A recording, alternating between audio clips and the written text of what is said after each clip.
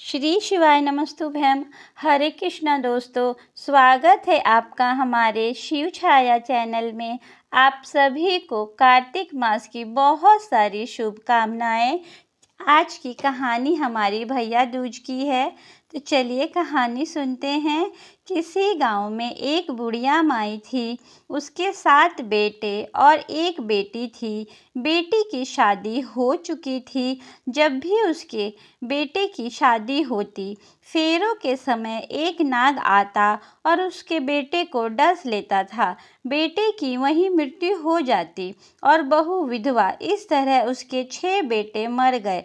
7वें की शादी होनी बाकी थी। इस तरह अपने बेटों के मर जाने के दुख से बुढ़िया माई रो रो के अंधी हो गई थी। भाई दूज आने वाला था, तो भाई ने कहा कि मैं अपनी बहन से तिलक कराने जाऊंगा। माँ ने कहा ठीक है। उधर जब बहन को पता चला कि उसका भाई आ रहा है, तो वह खुशी से पागल होकर पड़ोसन के पास पूछने लगी कि जब बहुत प्यारा भाई घर आए तो क्या करना चाहिए। पड़ोसन को उसकी खुशी देखकर अच्छा नहीं लगा। वह जल भुन गई और कह दिया कि दूध से रसोई लीप ले, घी में चावल पका। बहन ने ऐसा ही किया। उधर भाई जब बहन के घर जा रहा था, तो रास्ते में उसे एक सांप डसने को आया। भाई बोला, तुम मुझे क्यों डस रहे हो? सांप बोला, मैं तुम्हारा काल हूँ और मुझे तुमको डसना है। भाई बोला, मेरी बहन मेरा इंतजार कर रही है। मैं जब तिलक करा के वापस लौटूंगा, तब तुम मुझे डस लेना। सांप ने कहा, भला आज तक कोई अपनी मौत के लिए लौट के आया है जो तुम आओगे? भाई ने कहा, अगर तुझे यकीन नहीं है तो तू मेरे झोले में बैठ जा।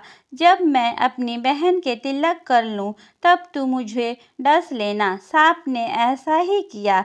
भाई बहन के घर पहुंच गया। दोनों बड़े खुश हुए। भाई बोला, बहन जल्दी से खाना दे, बड़ी भूख लगी है। बहन क्या करे, ना तो दूध की रसोई सूखे, ना ही घी में चावल पके। भाई ने पूछा, बहन इतनी देर क्यों लग रही है, तू क्या पका रही है? तब बहन ने बताया कि मैं ऐसे ऐसे कर रही हूँ। भाई बोला, पगली, कहीं घी में भी चावल पके हैं या दूध से कोई रसोई लीपे है? गोबर से रसोई लीप, दूध में चावल पका। बहन ने ऐसा ही किया। खाना खा के भाई को बहुत जोर से नींद आने लगी। इतने में बहन के बच्चे आ गए। बोले, मामा मामा, हमारे लिए क्या लाए हो? भाई बोला, मैं तो कुछ नहीं लाया। बच्चों ने वह झोला ले लिया जिसमें सांप था। जैसे ही उसे खोला, उसमें से हीरे का हार निकला। बहन ने कहा, भैया तूने बताया नहीं कि तुम मेरे लिए इतना सुंदर हार लाए हो। भाई बोला, बहना तुझे पसंद है तो तू ले ले, तो मुझे हार का क्या करना। अगले दिन भाई बोला, अब मुझे जाना है, मेरे लिए खाना रख दे। बहन ने उसके लिए लड्डू बना के एक डिब्बे में रख के दे दिए। भाई कुछ दूर जाकर थक कर एक पेड़ के नीचे सो गया। उधर बहन के बच्चे जब भूख लगी तो माँ से कहा, माँ हमें भूख लगी है, खाना दो। तो माँ ने कहा कि खाना बनने में तो अभी देरी है। बच्चे बोले कि मामा को जो रखा है वही दे दो। तो वह बोली, लड्डू बनाने के लिए बाजरा पीसा था, वही बच्चा पड़ा है चक्की में, जाकर खा लो। बच्चों ने देखा कि चक्की में तो सांप की हड्डियाँ पड़ी है। यही बात माँ को आकर बताई, तो वह बावड़ी सी होकर भाई के पीछे भागी। रास्ते भर लोगों से पूछती कि किसी ने मेरा भाई देखा है, मेरा बावड़ा सा भाई देखा है। तब एक ने बताया कि कोई लेटा तो है पेड़ के नीचे, देख ले। वही तो नहीं। भागी भागी पेड़ के नीचे पहुंची, अपने भाई को नींद से उठाया। भैया भैया, कहीं तूने मेरे लड्डू तो नहीं खाए? भाई बोला, ये ले तेरे लड्डू, नहीं खाए मैंने।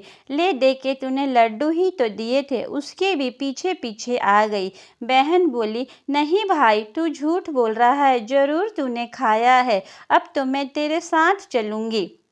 भाई बोला, तू ना मान रही है तो चल। फिर चलते चलते बहन को प्यास लगी। वह भाई को कहती है कि मुझे पानी पीना है। भाई बोला, अब मैं यहाँ तेरे लिए पानी कहाँ से लाऊं? देख, दूर कहीं चील उड़ रही है, शायद वहाँ तुझे पानी मिल जाए। तब बहन वहाँ गई और पानी पीकर जब लौट रही थी तो रास्ते में देखती है कि एक जगह जमीन में 6 शिलाएं गढ़ी हैं और एक बिना गढ़े रखी हुई थी। उसने एक बुढ़िया से पूछा कि ये शिलाएं कैसी है? उस बुढ़िया ने बताया कि एक बुढ़िया है, उसके 7 बेटे थे। 6 बेटे तो शादी के मंडप में ही मर चुके, तो उसके नाम की ये शिलाएं जमीन में गड़ी है। अभी 7वें की शादी होनी बाकी है। जब उसकी शादी होगी तो वह भी मंडप में ही मारा जाएगा, तब यही 7वीं शिला भी जमीन में गड़ जाएगी। यह सुनकर बहन समझ गई ये शिलाएं किसी और की नहीं बल्कि उसके भाइयों के नाम की है। उसने उस बुढ़िया से अपने 7वें भाई को बचाने का उपाय पूछा।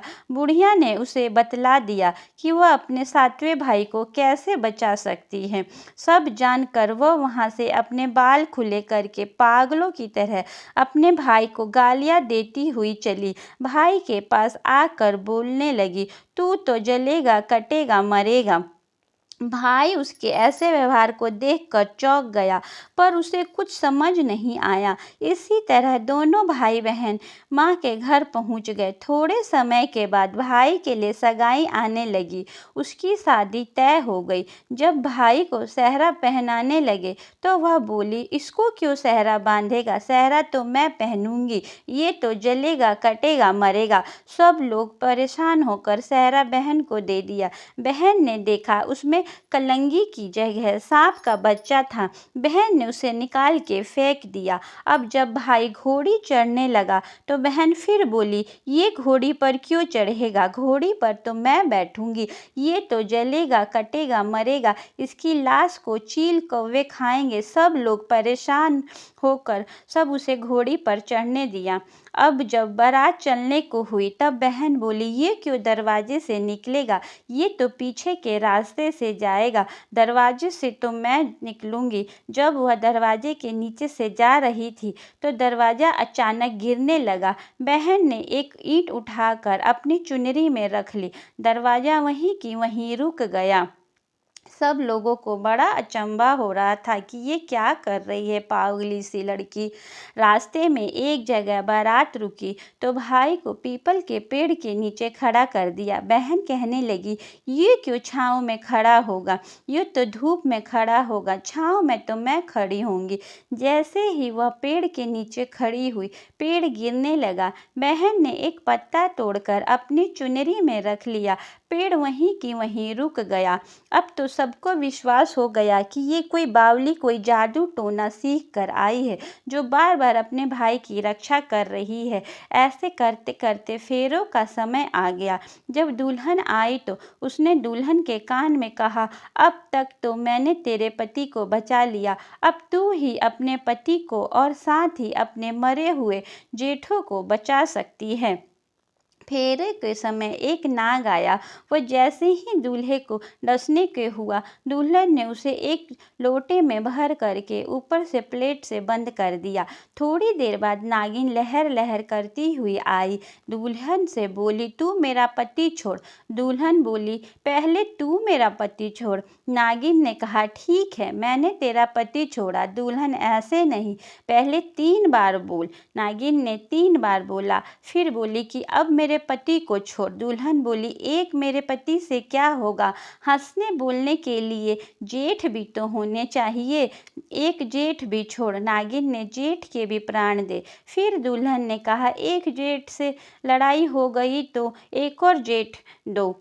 तो वो नागिन ने एक और जेठ को प्राण दे दिए। अगर वो फिर दुल्हन बोली, अगर एक जेठ विदेश चला गया तो और एक जेठ के प्राण दिए। इस तरह करके दुल्हन ने अपने 6 जेठ जीवित करा लिए। उधर रो रो के बुढ़िया का बुरा हाल था कि अब तो मेरा 7वां बेटा भी बाकी बेटों की तरह मर जाएगा। गांव वालों ने उसे बताया कि उसके 7 बेटा और बहुएं आ रही हैं। तो बुढ़िया बोली, अगर यह बात सच हो तो मेरी आंखों की रोशनी वापस आ जाए और मेरे सीने से दूध की धार बहने लगे। ऐसा ही हुआ। अपने सारे बहू बेटों को देखकर वो बहुत खुश हुई। बोली, यह सब तो तेरी बावली का किया है। कहाँ है मेरी बेटी? सब बहन को ढूंढने लगे। देखा तो वह भूसे की कोठरी में सो रही थी। जब उसे पता चला कि उसका भाई सही सलामत है तो वह अपने घर को चली। उसके पीछे पीछे सारी लक्ष्मी भी जाने लगी। बुढ़िया ने कहा, बेटी पीछे मुड़ के तो देख, तू सारी लक्ष्मी ले जाएगी तो तेरे भाई भाभी क्या खाएंगे? तब बहन ने पीछे मुड़ के देखा और कहा, जो माँ ने भाभी ने अपने हाथों से दिया वह मेरे साथ चले, बाकी भाई भाभी के पास रहे। इस तरह एक बहन ने अपने भाई की रक्षा की। अगर आपको कहानी अच्छी लगे तो वीडियो को लाइक और शेयर अवश्य करिएगा। श्री शिवाय नमस्तुभ्यम।